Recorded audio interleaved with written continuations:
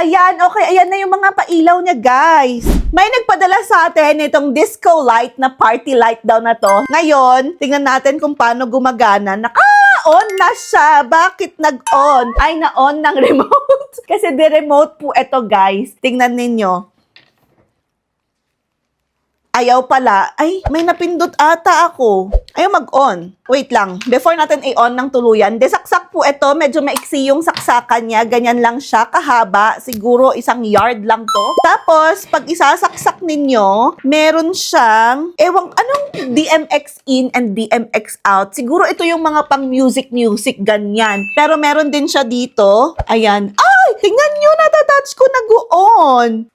Okay. Ay! Ayan, okay. Ayan na yung mga pailaw niya, guys. So, mamimili ka dito. May numbers. Uy, may blinking. Talagang pang disco talaga to. Sasakit kasi mata ko dito. Oh my gosh, talaga naman. Pagka mga, migraine ako dito. Pero, bongga siya. Maliwanag kasi yung ilaw ko. Sis, pakipatay nga yung ilaw ko. Para makita ninyo kung gaano kaliwanag tong party na to. So, bukod dyan, ayan na siya ha. Nakapatay na, pero may liwanag ako from here. So, kunwari, red. Kung gusto nyo maging vampira, ganyan. Pwede rin to. Tapos, meron din siyang, yung multicolor. Pero, actually, to maganda kapag ka na, naku naman. Ayan, no, kapag ka nakalagay, kunwari may stage dito, tapos rampa siya. Pero ang liwanag, hindi ko talaga kaya, masakit sa mata kasi yung migraine ko, trigger niya ang ilaw. Anyway, tapos RGB, ayan, ang RGB naman ay ganyan. Ayan, tignan ninyo. Yan yung mix-mix na color.